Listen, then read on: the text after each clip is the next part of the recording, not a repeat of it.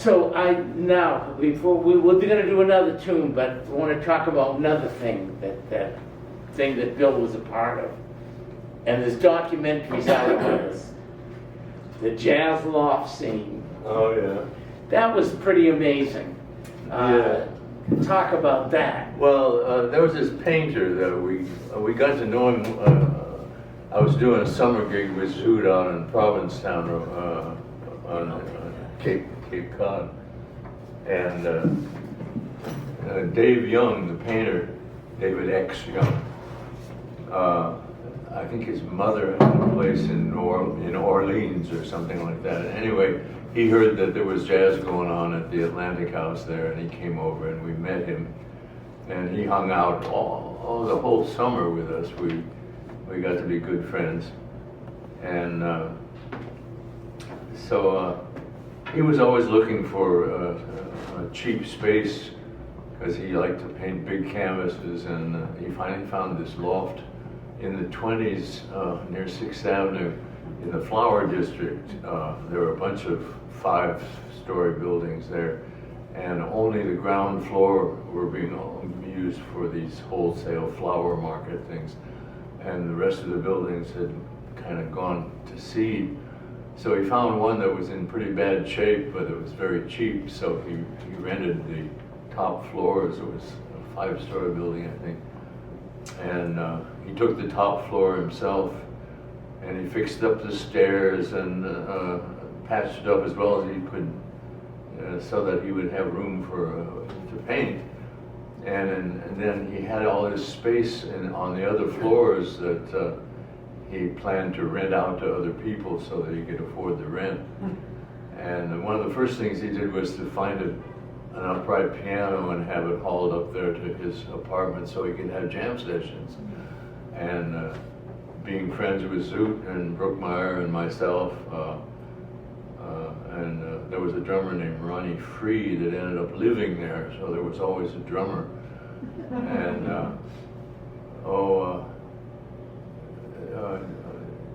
there was a composer named Hall Overton, teacher, that took one of the floors, and Dick Carey took half of one floor.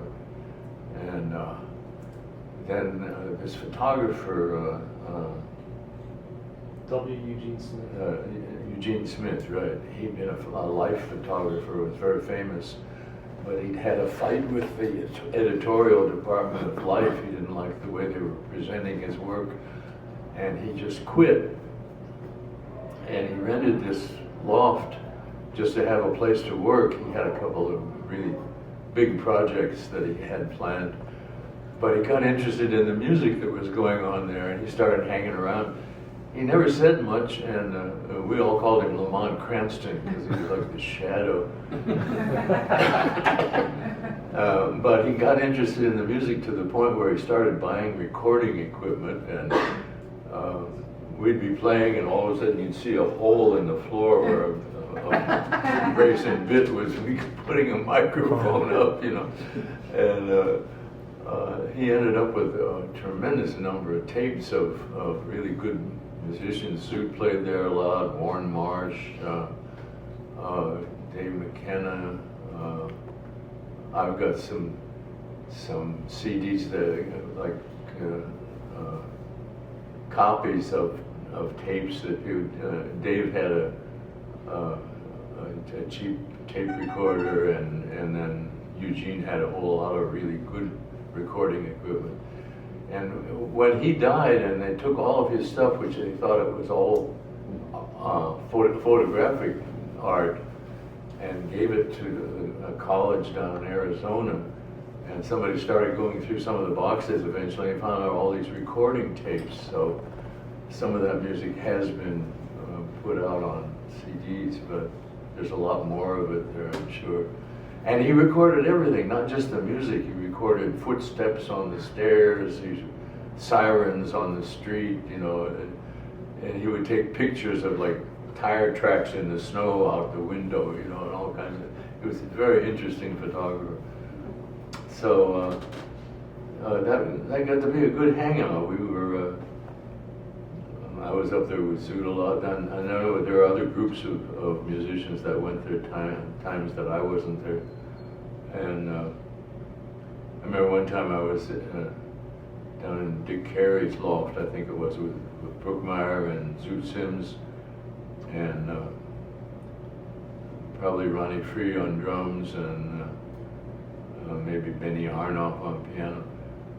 And Dave came down from upstairs with a young alto player who's got his horn. He says, "Hey, this guy'd like to sit in." Okay. He sits down on the couch next to Brookmeyer, and we started to play some standard tune, and when it comes to be his chorus, he's going, "Squeal, squawk, squeal, squeal, squawk, squeal."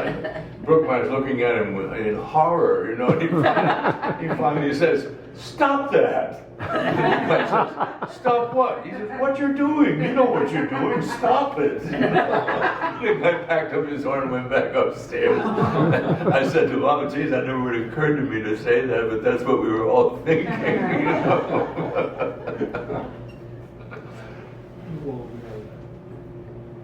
You know? What else do you want to know about the law?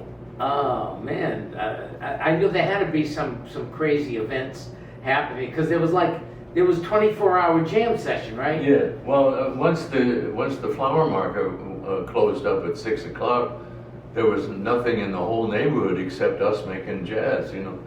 So we could play as late as we wanted. Nobody ever complained. When I moved to the city, my first loft was at 112 West 28th, which was right almost at 6th Avenue, and right there. Yeah, right. Because that was what street was. It was in the 20s. I can't remember. It was whether like 26 or something 26 like or that. 7. Yeah. Yeah, I used to live in that area, and that was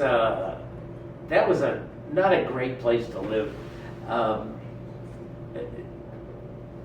6 o'clock in the morning, they would make deliveries, and they had these ice grinding machines, because you know the flowers need ice, and you imagine the sound of grinding ice at 6 in the morning, and also they would stop the traffic, so the horns would start.